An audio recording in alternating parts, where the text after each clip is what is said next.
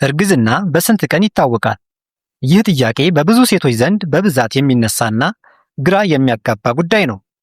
ብዙዎች የእርግዝና መመርመሪያውን ከተጠቀሙ በኋላ ትክክለኛ ያልሆነ ውጤት ሲያገኙ ይደናገጣሉ።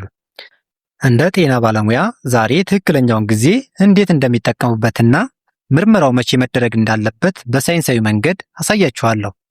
ዛሬ የምንመለከታቸው ነጥቦች ጽንስ እንዴት ይፈጠራል፣ ትክክለኛው የምርመራ ጊዜ፣ የሽንትና የደም ምርመራ ልዩነት፣ የተለመዱ ስህተቶችና ትክክለኛውን ውጤት ለማግኘት የምንከተላቸውን ደረጃዎች ናቸው።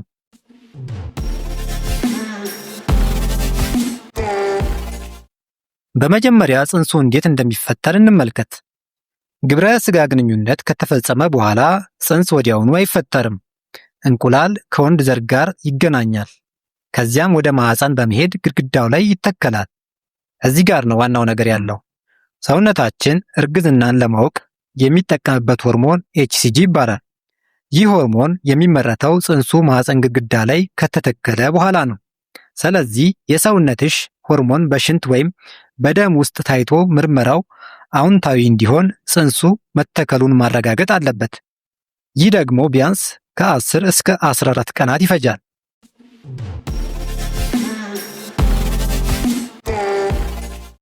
የቤት ውስጥ የእርግዝና መመርመሪያ አጠቃቀምና ስህተቶች። የቤት ውስጥ እርግዝና መመርመሪያ ወይንም ሆም ፕሬግናንሲ ቴስት በጣም ታዋቂው ነው። ይህም የሽንት ምርመራ ነው። ከተገናኙ ከ14 ቀናት በኋላ ሲጠቀሙበት በጣም ትክክለኛ ውጤት ይሰጣል። የሚሆነበት ምክንያት በዛን ጊዜ የኤችሲጂ ሆርሞን መጠን በሽንቶ ውስጥ በቀላሉ ለመለየት በሚችል ደረጃ ስለሚጨምር ነው። ብዙ ሴቶች የሚሰሩት ዋናው ስህተት ጊዜው ሳይደርስ መሞከር ነው። ከ10 ቀን በታች ሲሞከር ሆርሞኑ ገና በሽንት ውስጥ በበቂ መጠን ላይኖር ስለሚችል ምርመራው አሉታዊ ውጤት ሊያሳይ ይችላል። ሆኖም እርግዝና ሊኖር ይችላል።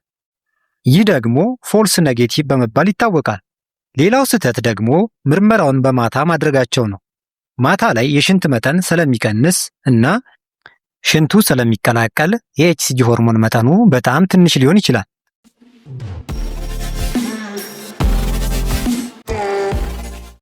አሁን ደግሞ እንዴት ውጤታማ መሆን እንደሚችሉ ላሳያችሁ። ሁሌም ምርመራውን የጠዋት የመጀመሪያ ሽንት በመጠቀም ያድርጉ። ምክንያቱም ቀኑን ሙሉ የተከማቸ የኤችሲጂ ሆርሞን መጠን ጠዋት ላይ ከፍተኛ ነው። ይህም ትክክለኛውን ውጤት ለማግኘት ይረዳል። የእርግዝና መመርመሪያውን ሲጠቀሙ የመቆጣጠሪያ መስመሩን ወይንም ኮንትሮል ላይንና የፈተና መስመሩን ወይንም ቴስት ላይን በደንብ መለየት ያስፈልጋል። በጣም ደብዛዛ ወይንም ቀላል መስመር ቢታይ እንኳን እንደ አዎንታዊ ሊወሰድ ይችላል። አንዳንድ ጊዜ ምርመራው ግራ የሚያጋባ ከሆነ በክሊኒክ የሚደረግ የደም ምርመራ ወይንም ብለድ ቴስት መውሰድ ሊያስፈልግ ይችላል።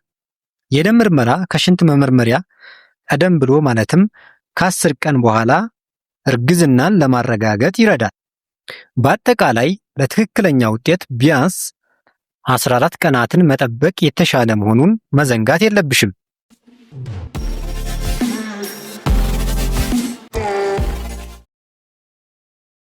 አትቸኩይ። ብዙ ጊዜ የሚጠየቁ ጥያቄዎች አሉ። ለምሳሌ ብዙ ውሃ መጠጣት ውጤቱን ይለውጠዋል ወይ የሚል ነው። መልሱ አዎ፣ እጅግ በጣም ብዙ ውሃ መጠጣት ሽንትሽን ስለሚያቀላው ሆርሞኑ እንዳይታይ ሊያደርግ ይችላል። ስለዚህ ለምርመራው በቂ ጊዜ ስጪ። እንግዲህ ለዛሬ የነበረን መረጃ ይህንን ይመስላል። ይህ መረጃ ጠቃሚ ሆኖ ካገኘሽው ለሌሎችም እንዲደርስ ሼር አድርጊው።